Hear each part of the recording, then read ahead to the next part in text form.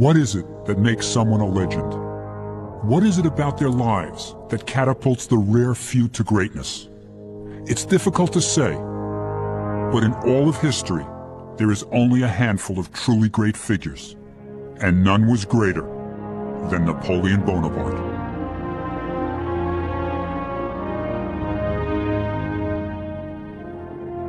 This is the tomb of the most famous ruler in the world, one of the most interesting and complex men who ever lived, and one of my favorite people.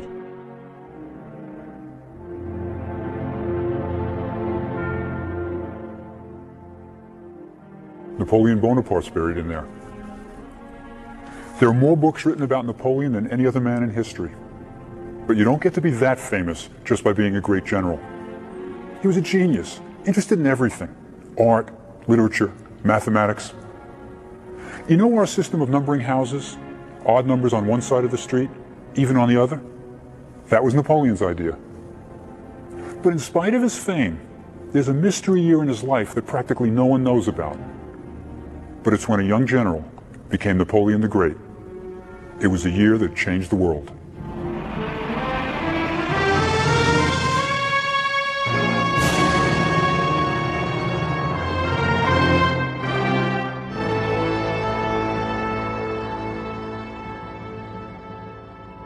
Our story begins 200 years ago, in Egypt. A land virtually unknown to Europeans of that time. This was a country that had lost touch with its glorious past, its vast temples and monuments shrouded in mystery, its ancient writings indecipherable. The Egypt of Napoleon's day was an Islamic country. The skyline of its capital, Cairo, filled with the mosques and minarets of the faithful. Bonaparte was only 29 and had just amazed the world with his military victories in Italy. He intended to establish his fame and glory by conquering Egypt. But why Egypt? Well, France was at war with Britain, and by conquering Egypt, Napoleon would block the trade routes to Britain's most valuable possession, India. There was another motive as well.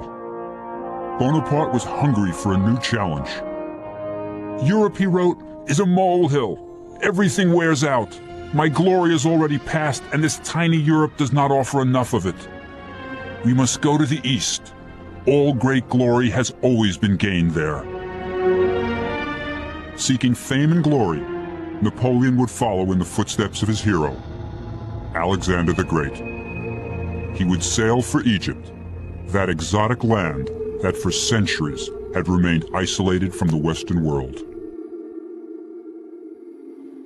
After weeks at sea, the French landed near Alexandria, then a sleepy seaport, and they captured the city with little resistance. The country wasn't even ruled by Egyptians, but by Mameluke warriors who had seized control of Egypt. In the 13th century, the Egyptian Sultan bought 12,000 young slave boys, Mamelukes, from the Caucasus Mountains near Armenia, and trained them for an elite fighting corps. The Mamelukes soon overthrew the Sultan and had ruled from Cairo ever since. Soon, Bonaparte would have to fight them, but that was easier said than done. This is the Egyptian desert. It's hot, very hot. It goes up to 130 degrees in summer. Tourists are advised to wear a hat, light clothing, and drink a quart of water every hour. Bonaparte arrived in July. His men had heavy woolen uniforms and no water bottles. Why? Because Bonaparte was an amazing contradiction. He could manage minute details of his campaign, was a great strategist, but when he wanted something, he just wanted it. And now he wanted Cairo, which was 130 miles away. So he took his army, marched them through the desert with no accurate map, inadequate supplies, and hardly any water. Napoleon was economical with almost everything, except the lives of his men. As they marched across the desert, the heat was unbearable, and the troops began to strip off their uniforms. Crazed by the heat and lack of water, many dumped their rations. Who could eat dry biscuits when dying of thirst? The dust parched their throats and the sand burned their feet as the soldiers marched toward Cairo. To add to their misery, lakes and ponds shimmered on the distant horizon when none were there. The soldiers called them mirages, literally visions. Tormented by the prospect of water, only to find it was an illusion, some men lost their wits and committed suicide. When wells were found, they were emptied in minutes. Sergeant Francois wrote, "More than 30 soldiers died by those wells." When the soldiers finally reached the Nile, they broke ranks and threw themselves into the water. Some jumped in with their clothes and weapons, floating and swimming for hours, drinking as much as they could. Then they gorged themselves with watermelons from nearby fields. By the time they reached Cairo, many had dysentery. It was 3 weeks since the army left the Egyptian coast, and now they prepared for battle.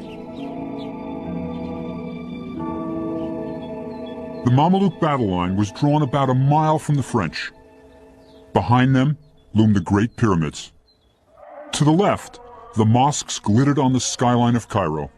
At 2 p.m., during the worst heat of the day, the French army prepared to engage the Mamelukes. The Mamelukes were no ordinary cavalrymen. An elite and proud fighting corps, they were unafraid of death. They believed they would go straight to paradise if they died in battle. Their tombs were large and elaborate.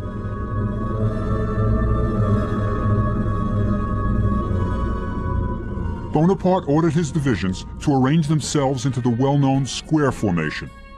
Rifles at the outside, baggage and cavalry inside, and the artillery at the outer corners.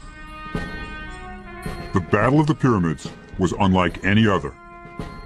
For the first time in history, a European professional army would clash with the elite Oriental fighting class. It could have been billed as East meets West. The Mamelukes were fresh and confident. Their costumes were exotic, armed with daggers, rifles, battle axes and pistols. The Mamelukes were a formidable sight. Napoleon always knew how to inspire his men. Pointing to the pyramids, he shouted, "Soldiers, 40 centuries look down upon us." The Mameluke cavalry charged the French squares. The disciplined French troops waited until the Mamelukes were almost upon them and met the charge with devastating firepower. The attack was repeated again with the same result.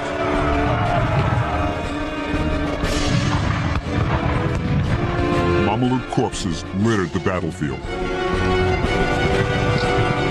To the victor belongs the spoils, and the French were determined to collect. From the fallen Mamelukes, they stripped the jewels, gold, silver, and gathered up the fine weapons. This was their reward for all their suffering. Things were looking up. Bonaparte had conquered Egypt. Let me tell you a neat detail about the Battle of the Pyramids. It was fought here, at Mbaba, in a melon patch. The pyramids are over there. Look at them. They're miles away. You see, Napoleon was concerned about how he'd go down in history. So he always gave his battles dramatic names. Battle of Mbaba, not so catchy. Battle of the Melon Patch, that's worse. So history knows it as the Battle of the Pyramids. Bonaparte had captured Cairo, and his officers happily moved into the palaces vacated by the retreating Mamelukes, sometimes even inheriting their harems. But in a sense, the Cairo of 200 years ago was two cities. There was the Cairo of the masses, teeming with bustling bazaars that offered exotic products of every kind, from frankincense and myrrh to fezzes. Craftsmen made baskets, rugs, pottery. The French soldiers were fascinated by the covered markets and traded buttons from their uniforms for goods. Besides the strange and wonderful wares of the bazaar, there was the exotic slave market, where for a month's wages, you could buy a slave girl. Then there was the glorious Cairo of the Mamelukes, whose mysterious palaces were full of hidden rooms.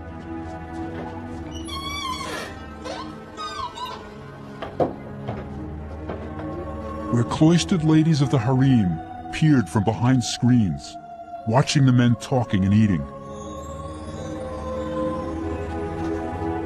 The Mamelukes lived in great luxury, with mosaic floors and staircases of marble, alabaster, polished granite.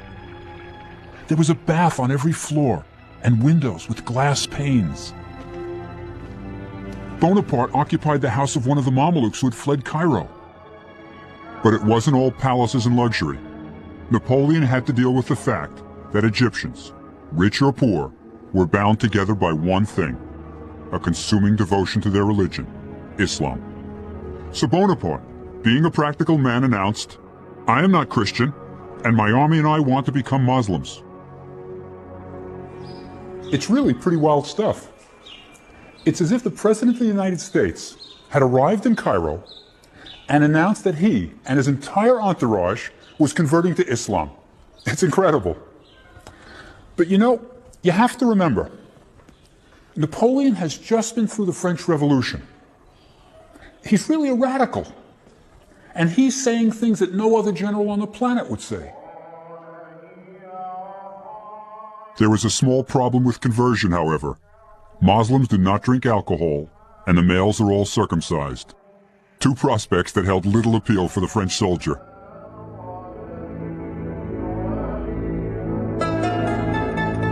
As the army settled in Cairo, Bonaparte must have been pleased. He had just vanquished the Mamelukes and was master of Egypt.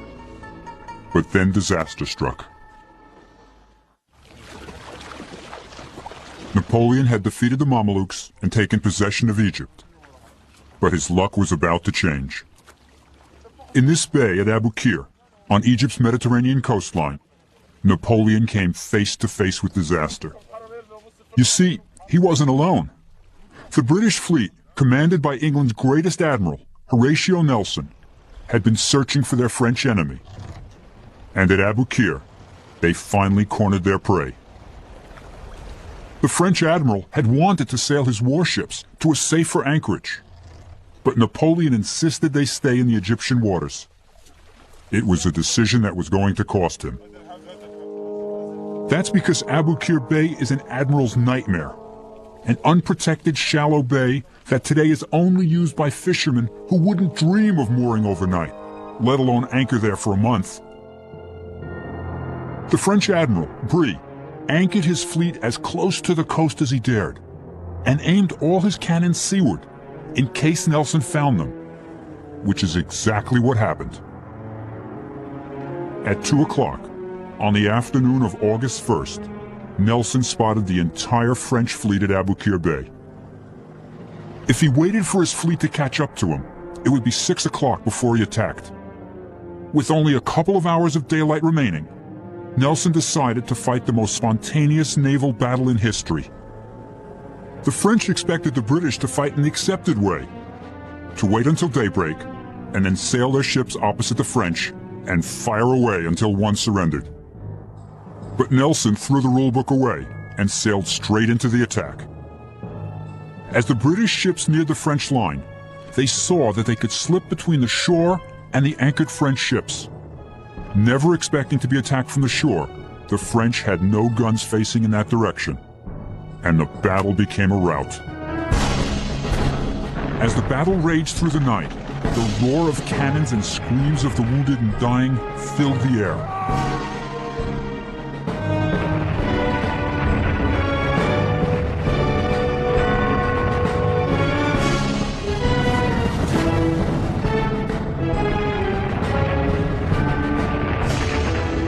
The Lorient, the largest ship in the world with 120 cannons, was about to perish.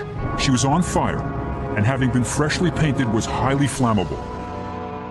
When the fire reached her store of gunpowder, she exploded with a roar that could be heard 50 miles away. It was undoubtedly the loudest sound they had ever heard. Shocked, the men on both sides stopped fighting for 10 minutes. When the battle was over, Nelson declared, "Victory is not a name strong enough for such a scene." It was the most decisive battle in naval history, Napoleon's Pearl Harbor. Nelson was a Navy man and had no intention of fighting on land. He had destroyed Bonaparte's warships, and it would be difficult for the French to get supplies or reinforcements from France. He dryly commented, "Their army is in a scrape and will not get out of it." And he sailed away, leaving the French stranded in Egypt.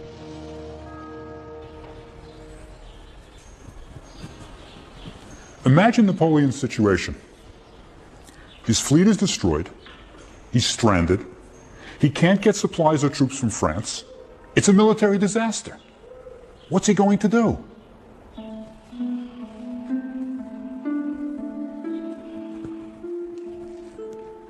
He founds a scientific institute here.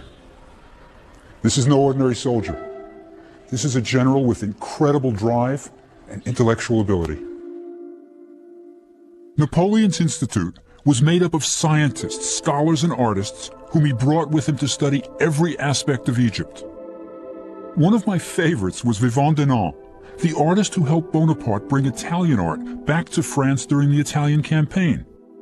At 55, Denon was one of the oldest members of the Egyptian campaign, but was quite happy to sketch the temples as bullets whizzed by his head. Then there was General Caffarelli, who led the engineering corps. He had lost a leg fighting in Germany and scurried about on a wooden one. Bonaparte really liked his spirit and took Caffarelli with him wherever he went. At the first session of the Institute, Bonaparte, the vice president, suggested research topics for the scientists, such as, how can the bread be improved? He is a Frenchman. Are the raw materials for gunpowder available in Egypt? He is a soldier. How can we improve the legal system of Egypt? He's a thinker too. The scientists were free to investigate topics of their own, and even the most timid was more eager to explore the pyramids than to study bread ovens. With the institute formed, Bonaparte was now ready for his tour of the pyramids, and like every other tourist, he was probably shown a mummy. When Bonaparte visited the pyramids, he must have been really impressed. Remember, the Great Pyramid was twice as tall as any building in France. Until the Eiffel Tower, it was the tallest building on Earth. Napoleon urged some of his soldiers to climb the Great Pyramid, but he remained at the base. He had a sharp mathematical mind and calculated that there were enough stones in the three large pyramids to build a wall 9 feet high and 3 feet thick around France. Then, accompanied by religious leaders of Cairo, he entered the Great Pyramid. They came in through an entrance made by tomb robbers centuries before them.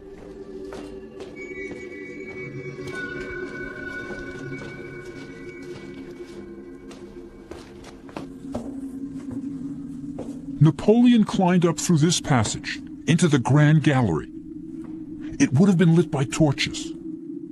As he climbed higher and higher, he must have wondered what he was going to see. Then he entered the burial chamber of the pharaoh. When Bonaparte came in here with his entourage, it looked pretty much like today. Just a stone sarcophagus. The rest had been robbed thousands of years ago. Then he did the unexpected.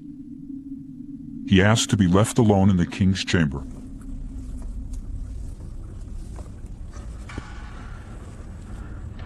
We don't know for sure what happened in here when Bonaparte was by himself.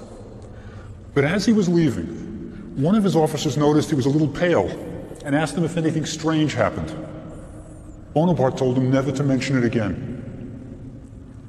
Towards the end of his life, Napoleon was about to tell someone what had happened. But then he changed his mind. He said, "No, never mind. You wouldn't believe it." Maybe he saw Alexander the Great. Great men are supposed to have visions. And Bonaparte was never afraid to dream the big dream. While Bonaparte dreamed of building an empire in the East, back in Paris, he had real problems. A scandal was about to break that would plague him for the rest of his life.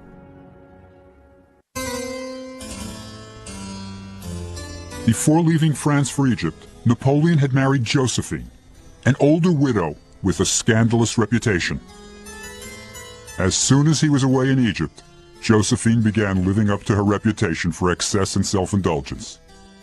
She spent her husband's money as if there was no end to it, and bought Malmaison, a chateau on the outskirts of Paris, which she lavishly furnished. She was indiscreet, running around Paris with a series of stylish young men. People began to talk. Napoleon chose to ignore the letters telling him of her infidelities and to dismiss the obvious. Napoleon really understood men. He could get them to do anything for him. But when it came to women, he didn't have a clue. Anyone who did wouldn't have married Josephine. But finally, Bonaparte was forced to accept the reality of Josephine's infidelities. Distressed by the knowledge of Josephine's trysts, Napoleon soon found solace in the arms of Pauline Faure, the 20-year-old wife of one of his lieutenants. Lieutenant Faure was quickly sent on a fool's errand to Paris, and Pauline moved into a mansion next to Napoleon's. While the affair flourished, the Scientific Institute began their study of Egypt. The artist Denon was overwhelmed by the sight of the Sphinx and wrote, "Although its proportions are colossal, those contours which have been preserved are supple as they are pure. The expression on the face is gentle, graceful, and serene. The mouth, with its thick lip, has sensuality in its sweep and refinement of the execution that are truly admirable. It is living flesh." Denon wanted to see the rest of Egypt, so he accompanied the French army pursuing the Mamelukes in the south. He would be the first to sketch the southern monuments from Egypt's ancient past. He would have a chance to wonder at the great temples, at Karnak and Luxor, sketch the mysterious carvings in the Valley of the Kings, gaze on the colossi of Memnon. He would record it all. His only fear was that he might not have enough time and materials. He did in fact run out of pencils, and solved the problem by melting lead bullets and improvising. We still call them lead pencils today. Overwhelmed by the antiquities of Egypt, Denon was constantly asking the soldiers for more time to draw the temples and tombs. He was the first professional artist to enter the Valley of the Kings, the legendary burial place of Egypt's pharaohs. Denon had never seen such a landscape. An isolated valley, gleaming white in the sun, totally devoid of life. And carved into the sides of the valley were what looked like caves, half clogged with debris. Inside were the tombs of the kings. He was desperate to record the tomb paintings with their vibrant colors. How was it possible to leave such precious curiosities without taking a drawing of them? How to return without a sketch to show? I earnestly demanded a quarter of an hour. I was allowed 20 minutes.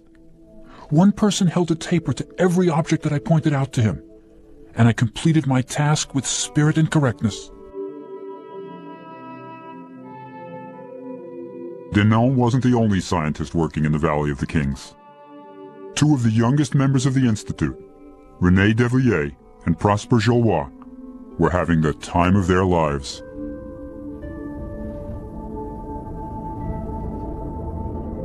By the time the pharaohs were being buried here, the pyramids were 1,000 years old, ancient monuments. So the kings of Egypt selected a spot topped by a natural pyramid to look over their tombs.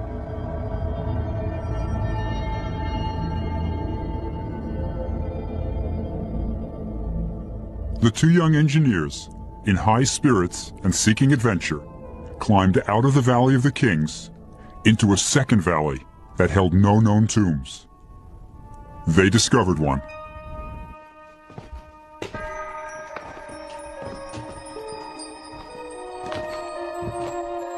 After scrambling through descending passages, they came to a deep shaft designed to protect the tomb by catching water from the occasional rainfall. There they came face to face with the owner of the tomb. But they had no idea who he was. You see, it would be another 20 years before anyone would decipher the hieroglyphs and read the names. Our young friends had discovered the tomb of Amenhotep III, one of the greatest kings of Egypt. This was the king who built some of Egypt's grandest monuments. They also didn't know that Amenhotep ruled for 38 years, plenty of time to build a huge tomb. So they explored the pillared halls, mysterious side chambers, and magical spells on the walls. Finally, in the burial chamber, they found the king's broken sarcophagus. But Amenhotep wasn't there. Ancient tomb robbers had gotten to him thousands of years before. After the young scientists, 2 centuries of scholars would follow. They would discover incredible treasures in the Valley of the Kings. Mummies of the pharaohs, the gold of Tutankhamun. But Napoleon would never see the valley. A revolt had broken out in Cairo, and he was fighting for his life.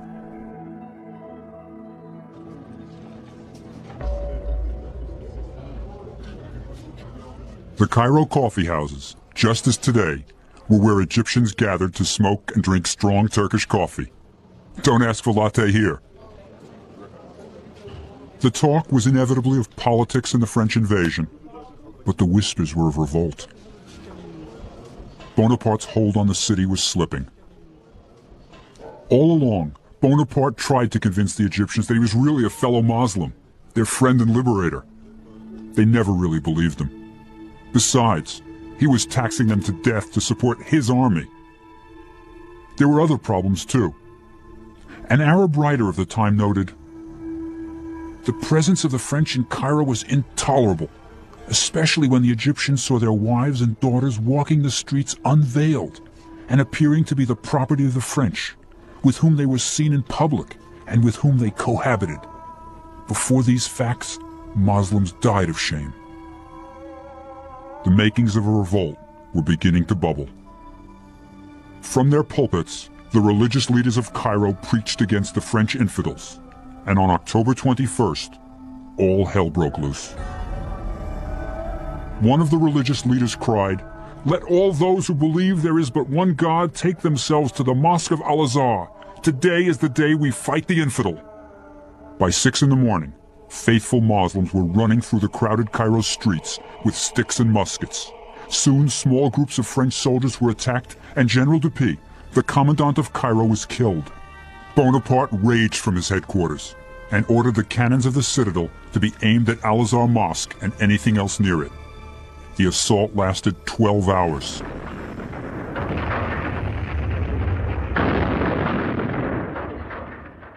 One Arab account says this bombardment was so terrible that people ran into the streets to hide in holes.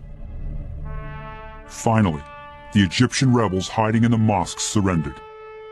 To this day, you can see the scars of the bombardment. This is where Napoleon really blew it. His soldiers entered this mosque on horseback. This is outrageous. You don't even enter a mosque with shoes on. No supporter of Islam would ever permit that. The revolt of Cairo may have been over, but so was any chance Bonaparte had of Muslim support. When the sheikhs came to Bonaparte the next day, he appeared to be forgiving. He even commissioned a painting of him pardoning the leaders. "I know many of you have been weak, but I would like to believe none of you is guilty." But when the sheikhs left, Napoleon ordered all those who had taken up arms against him be rounded up and taken to the army's headquarters in the citadel. There, secretly, in the middle of the night, the rebels were beheaded and their bodies were thrown into the Nile. Napoleon was learning how to behave like a Middle Eastern dictator. Bonaparte had been in Egypt a mere 4 months, but a lot had happened. He had defeated the Mamelukes, established a scientific institute, lost an entire naval fleet, crushed a revolt, and discovered that his wife Josephine was unfaithful to him. Now he faced another problem. The Turks were massing troops in the Holy Land. So Bonaparte decided to march out and destroy them before they became a real threat to him. His army passed through village after village with no resistance, and then they reached Jaffa, today a suburb of Tel Aviv. Within the walled city, 3,000 Turkish troops combined with the citizens to resist. Bonaparte bombarded the city with everything he had. Finally, he sent emissaries to arrange the conditions of surrender. But the Turks killed them and displayed their heads on the ramparts. When the French troops finally took the city, they went berserk. Bonaparte noted in his journal, "The soldiers' fury was at its height. Everybody was put to the sword. Being sacked, the town experienced all the horrors of a city taken by storm. The massacre was terrible. Soldiers became beasts, sinking their bayonets into old men and babies, raping young girls still locked in the arms of their dead mothers, while the cries for mercy from the sick and elderly filled the air." But this was only the beginning. This beach wasn't always the scene of family fun and swimming. When Napoleon was here, 3,000 Turkish troops, given assurances by Bonaparte's officers that they would be treated as prisoners of war, surrendered. When Bonaparte saw his officers return with several thousand prisoners in tow, he asked, "What am I to do with them?" To escort the prisoners back to Cairo would take too many soldiers. To keep them with the army was too cumbersome. To feed them, impossible. To set them free, unthinkable. Something horrible happened here 200 years ago. Napoleon had the 3,000 Turkish prisoners killed. They were marched to this beach.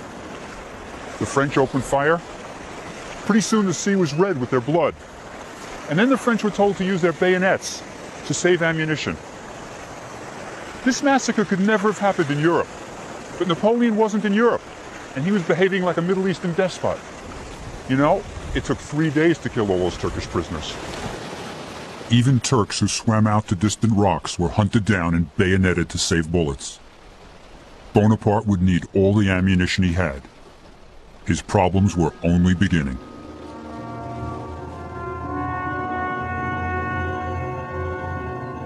When Napoleon entered the Holy Land, the plague was raging and dozens of his men were dying every day. To ease the suffering of his troops, Napoleon opened a hospital in Jaffa that was soon overflowing with victims. Everyone was terrified of the plague. For centuries, the disease had decimated entire countries. It seemed to come from nowhere, and no one knew its cause. What people did know was that it was a horrible death that began with fever and huge pustules covering the entire body. As the fever raged, the victims' tongues would swell, and their thirst became unbearable. The plague was killing dozens of men every day, but even worse than the loss of men, it was demoralizing Napoleon's army. Soldiers were afraid to assist their stricken comrades. Bonaparte had to stop the panic. So he declares that fear is the cause of the plague, and courage the cure. Not very sound medical advice, but he's willing to back it up. So he comes here, to this plague hospital. He talks to the patients, and then, master of the grand gesture, he shocks everyone. Lying at his feet is a hideous corpse. The soldier's uniform is stained by burst pustules. What does he do? He kneels down here, picks up the dead man, carries him to a more dignified resting place, and places him down. Say what you will about Bonaparte. He wasn't afraid. That's why his armies would do anything for him. Later, Bonaparte would have this event immortalized in a painting, where the dead soldier is shown as alive, and the hospital appeared far grander than it really was. better for the legend. As horrible as it was, the plague was not the fiercest of Bonaparte's opponents. That was yet to come. When Napoleon's army reached the city of Acre, they faced one of the cruelest tyrants in the Holy Land, Djejer Pasha. Djejer was called the Butcher because most of his servants were missing an ear or an eye, the punishment for making a mistake. Djejer's fort, which defended the city of Acre, was almost perfectly situated, with only one heavily fortified side facing the land. That was a crucial point in the battle to follow. You see, there are two basic tactics if the enemy is protected in a fort. A, set up your camp around the fort and starve him out. B, storm the fort.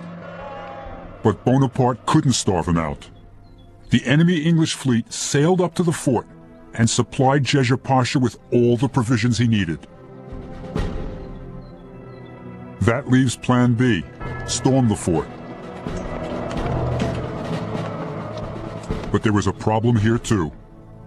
The fort was very well protected, with some of the newest and largest cannon in the whole Middle East. Napoleon had lost all his heavy artillery to the British Navy. And to attack a fort like this, without heavy weapons on your side, is military suicide. Any other general would have given up.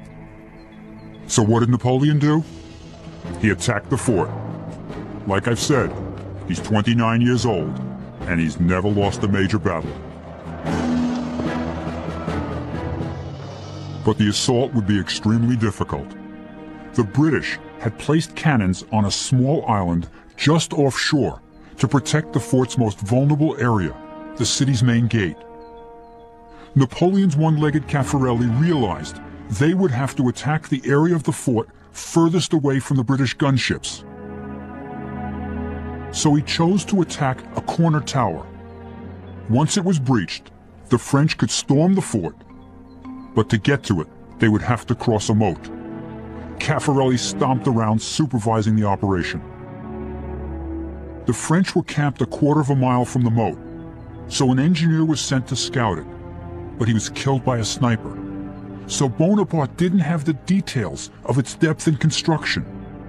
All they could see was a gradual slope from the top towards the bottom. When the men finally charged, they discovered the slope into the moat ended abruptly and was followed by a sheer drop of 20 feet. The French frantically tried to construct ladders to climb into the moat and then scale the other side, but it was impossible. As Djejer's men fired on them, the moat became a death trap.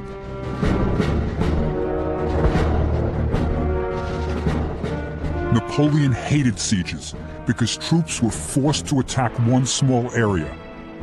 He liked battles involving open troop movements, where his genius as a strategist could come into play. This was not his game. Now Bonaparte was running out of ammunition. So he printed a special order of the day, encouraging his men to sneak onto the battlefield and retrieve cannonballs. Each man was paid according to the size of the cannonball he brought back. Some enterprising soldiers built a mock fortification on the beach, hoping Djejer or the British would fire some large ones at it, because it was easier to dig cannonballs out of the sand. And they were paid twice as much for the big ones. The soldiers could certainly use the extra money. They hadn't seen their regular pay in months.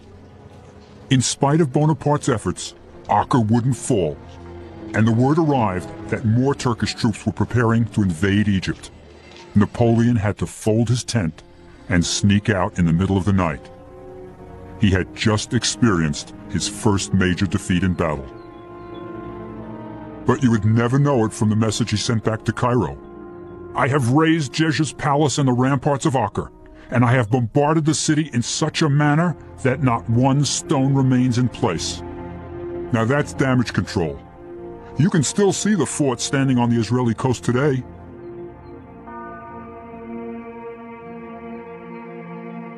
But the one thing he couldn't disguise were his losses.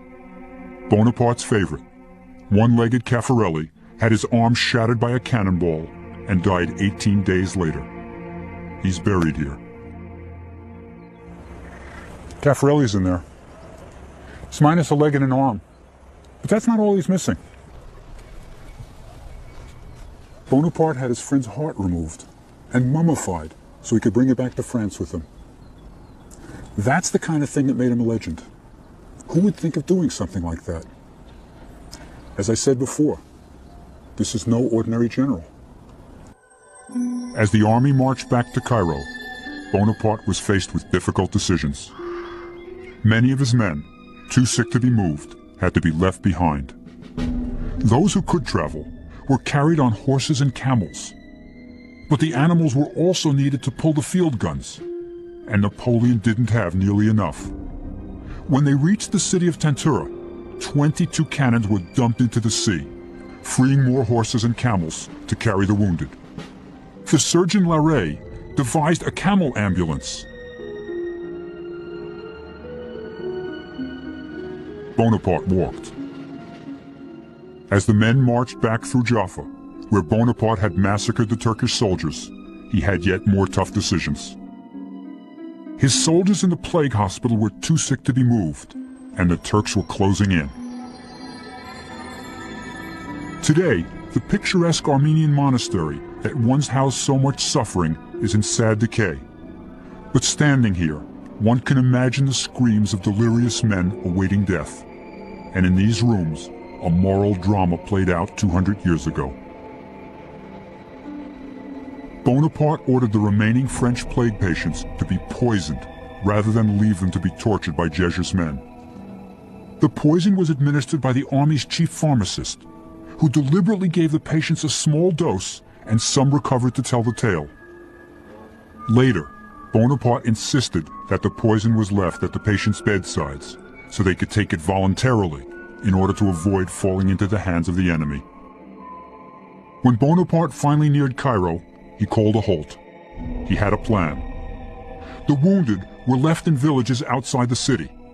The healthy were formed into ranks, captured flags were carried in the front, and a band played, and the army entered Cairo triumphantly through the Bab el Nasser, the Gate of Victory. Not only did he enter through the Gate of Victory, he renamed its towers after his countrymen. You can still see the inscriptions. Bonaparte was a hero. At least that was his version. In his heart, he knew the Egyptian campaign was lost, but he was far from finished. Napoleon realized his Egyptian campaign was lost.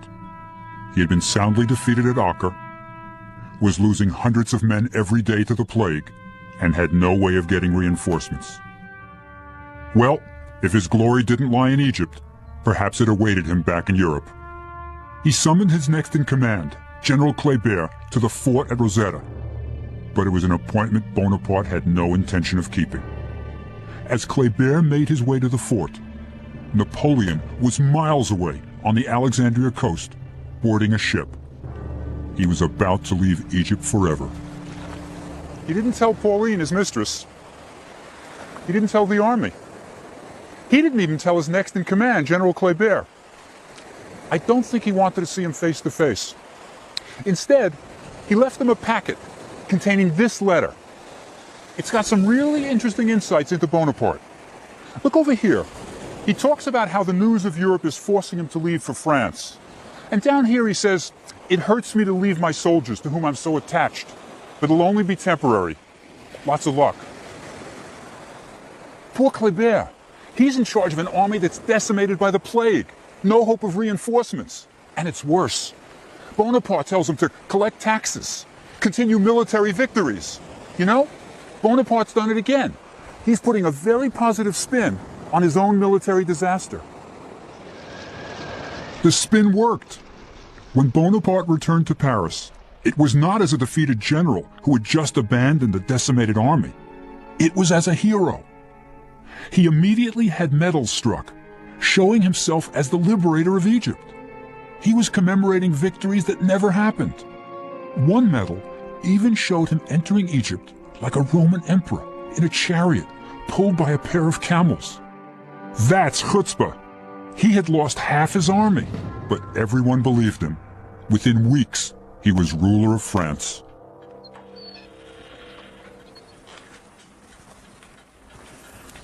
Well, as I said before, Napoleon knew how to spin his own legend, but he sure didn't know much about women. When he returned from Egypt, the unfaithful Josephine tearfully convinced him to return to her. And he did. But he didn't just return to Josephine. He returned to a stack of unpaid bills for this place, the love nest she had bought while he was in Egypt. And it wasn't just the building he was paying for. She was furnishing it lavishly, expensively. Bonaparte may have been unhappy about the bills he had to pay, but let me tell you, it's a great place to run a country from. Our story doesn't end here. The lives of many were changed by his dreams of glory. The general he left in charge, Kléber, was assassinated in Cairo less than a year later. The army continued to be decimated by the plague and finally surrendered in 1801 to the British. The survivors felt fortunate to have escaped with their lives. The scientists? They continued to collect their antiquities, birds, and plants until the day of surrender.